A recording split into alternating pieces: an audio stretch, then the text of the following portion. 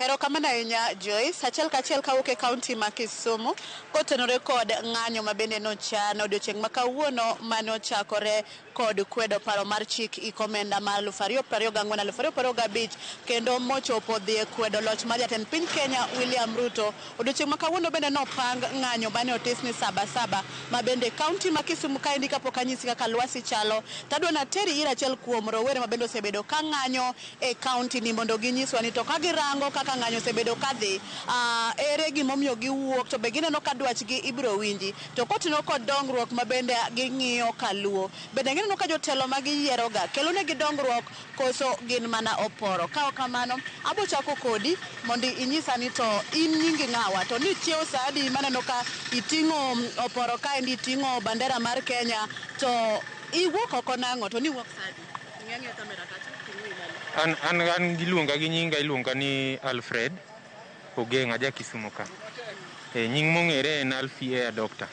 Awuok kaka Jens kendo amonde pap ya saa achiel okinyi. Karingo kaluwore gi kaka Kenya sani wan kod kech maduong' malich miwuoro. Nikech jotendwa bende mwayiero mondo dhi okonywa oketo geno mana kaka wambe waketo geno. Koro kwang'eyo ni Kenya kae gi jotelo kaka wamedo yiero to higa bende medo songo. Wabiro bedo nang'o kaka generation mabiro mbele. Mano gimomiyo wahaj Gen Z mondo wuog oko wago uru gini matek wuog oko nikech piny biro bedo no matek.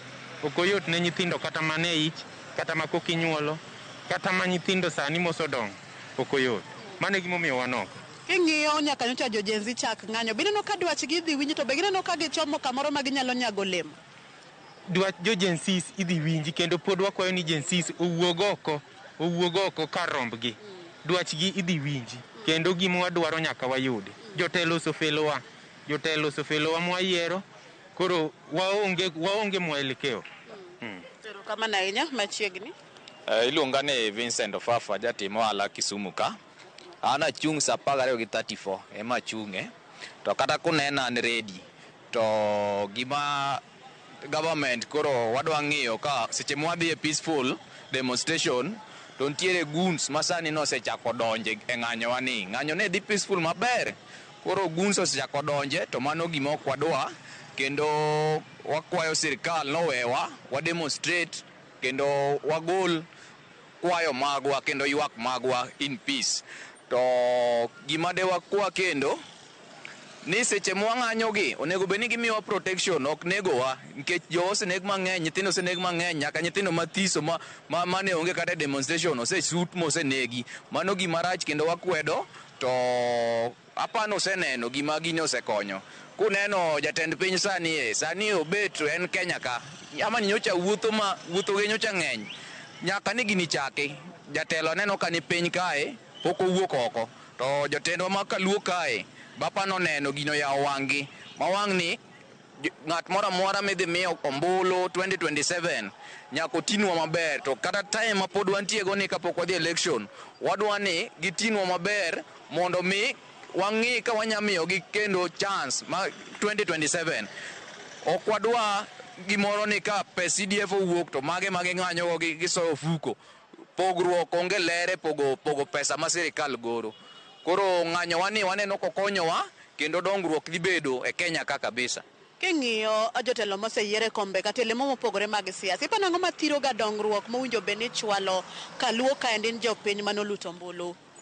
Gima thiro dongruok apani en tich mitimo gi ratiro. Mane gima nya kelo dongruok to tich mitimo e wang' ler kelo dongruok to jowagi gidak mana ni natimo kama lakini kipenye gini to konya tango nini odak mana ni natimo kama ne watengo kama ne waloso kama. Koro mage siasa magi gisero go jopiny to gima gitime ground opogore. Koro apani kaka wawuok gini dhi bedo maber nikech aneno ka giseluor wan gi teko moromo. Kinde siasa kata kampen waneno ka jogo malaro kombe mopogore tiyo kod omenda modhuro e seche ma gigonyo go ji mondo kogik saluto ombulu tiluro ne to bang'e no ka gisedonje kombe to gima gitimo onge nyawacho ang'o kaka japiny wi mano.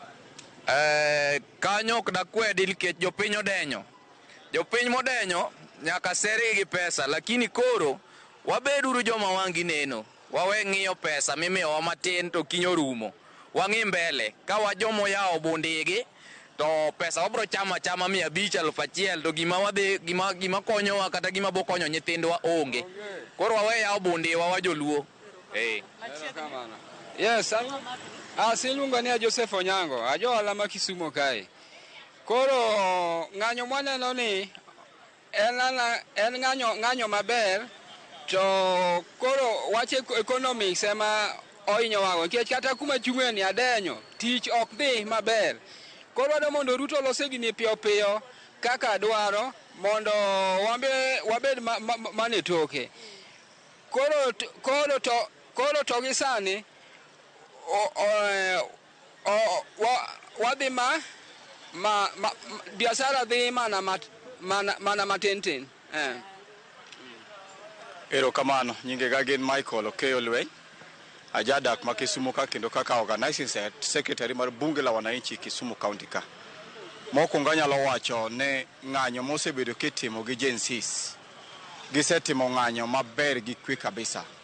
To my surprise, ni ndalo moko ariyo adek nye waneno ka there's a team moro mabedo organized with the national government gi jok matiyo sirikal guns madwa ketho ng'anyo mondo ketho mwandu ji e Kisumu. Emomiyo akwayo jo organizers ma organize guns madwa ketho ne Gen Z ng'anyo mage ng'anyo go maber. Nywa ng'eni nyose chulu kendo kama nyi chulu unye wang'eyo ma kata ko penja biro duoko penjono kech wan ge full information kaka bunge ma Kisumu ka wambe wan ge network mwayudo go information. Emomiyo wadwaro ni jok mantie national government weu ketho kwe mar Gen Z nigi agenda gi maler kabisa.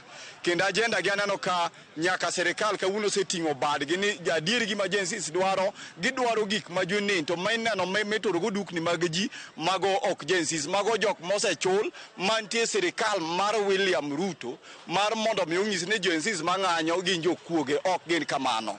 To wachako neno for the first time in the history kanye CRC nyomedo jotendwa pesa. Sane manya neno ka jotelo wuok matek ni gin meto mar mesara ok gitime ade. Kaluwore kaka nye gineno ka del chwado ji oko, del ka ji oko, ke Gen Z ngima wacho ni ngima nyaka koro duoka ng'owa, piny aneno ka ging'udho SRC ma neno ka kerbe owacho ni weche mag SRC oket pending monde. Wadwa ni Kenya o move to that direction. Ma ngima matek mikedo ne ja Kenya cha kawuono koro ok watime nade wadwar. Oro king'iyo dongruok ma Kaluo nyawacho ang'o mana kwa. Dongruok ma Kaluo osebedo ka ringo thembo moso kamae Kabonyo Kanyagwal ok chal ka gima wana gi kata jatelo manoyier. Jatelo manoyier Kabonyo Kanyagwal nowuok ni dhi tiyo gi jo sirikal ma e oda. Kawuono kedhi Kabonyo Kanyagwal wod kawuono ni e bungu.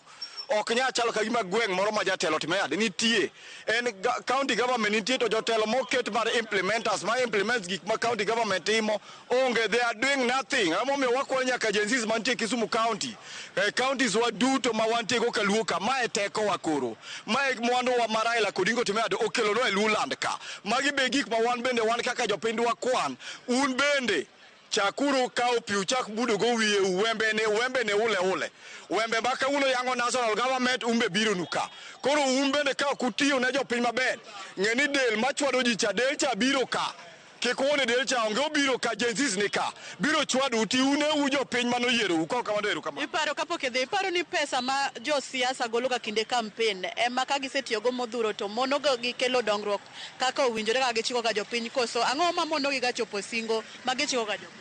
Gima timore gi jo siasa ni gibiro siasa ka giolo gope mang'eny. Emomiyo giwe kolo gope mang'eny. Aneno ka jomoko kawo nyaka assets ma giuso kele siasa. Onegi big agenda maleja piny biro usi ausa ka. Na neno for example, na neno ka mheshimiwa Fred Ouda no biro ka. Odhiambo Ouda, mane former MP ma Kisumu Central ka.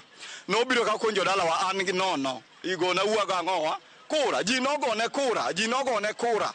No kaneno ka jopiny te kendo nogone kura for the first time mare manodonjo Kisumu Central ne onge pesa manotiyo go en mana nyuka mano madho gi ji to nogone ji mbaka pesa manotiyo go notime ade ne onge joma moko ang'o mondo timo the same wakwa joteno pesa muketo go ji line moriedo go ji line pesa ne ugole kanye pesa gi ugolo gi kure momiyo pesa gi uchando wago matoko osemiu power mubede power to miu tich kaka utiyo jopiny otimeyade miyo koro kawo pesa monego utine go jopiny uchulo go gope mano ugonyo ga ng'owa we uru gonyowa timni uru jopiny gima jopiny timeyade wek miya pesa team implementation on the ground mane gimo wadwaro pesa ni ok wadwaro mana kamano Joyce ionge aka ionge penjo mara mara tabro tango ni lwasi mar county ma Kisumu kata chuny boma ma Kisumu kaka chalo kotino kod ng'anyo makawuono githulo ni endi kanyalo nyisi nitiere dukni ma oloro kwanyangi atamalo atalo mang'eny mag dukni olor kata kamano nitiere joala ma oyepo matintin mondo tem dondo kagipimo yamo ni to ng'anyo makawuono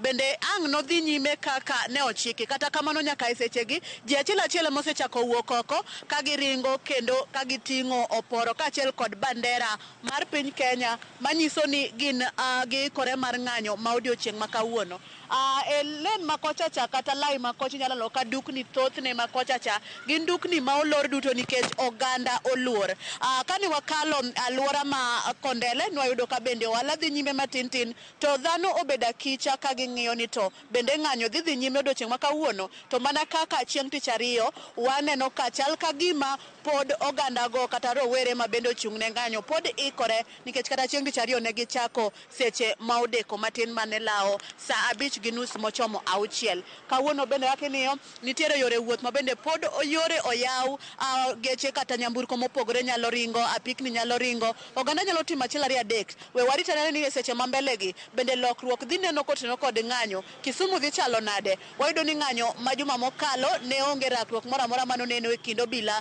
kod jopiny kawuono koponi ng'anyo ang'o chakore bende rakruok dhi bedo koso odhi rumo kendo gi kwe kaka notimore chieng' tich ariyo an kaendi ka sani wachako wuoth mar luorore apeyni duto e chuny boma ma Kisumu mondo wang'i anena to kwachopo alwora mar bus park kanyo bende geche kata nyamburko osewuok koso pod gidhi nyime kod dondo matintin ka girito ng'iyo kaka lwasi dhi chalo kotino kod ng'anyo makawuono Joyce kionge penjo taduoko ni e studio mondo idhi nyime kod twak ma wan go mar ng'anyo kod dongruok makaluo Joyce. Erokamano ahinya Millicent Adhiambo ka intiere kaunti ma Kisumu winjo kanyo paro mopogore opogore kowuok kuom jopiny e kaunti ma Kisumu onge kod penjo moro amora inyalo mana luonwa mar mondo mi med menyonwa chal mar lwasi e kaunti ma Kisumu kono ahinya to odiochieng' ma kawuono ma jomoko aneno kanyo koseikore mar wuok oko wakwayo mar mondo mi ka gi wuok oko mar mondo mi ging'any to bed ng'anyo mamuol kaka mano manwaneno chieng' tich ariyo ma onge keth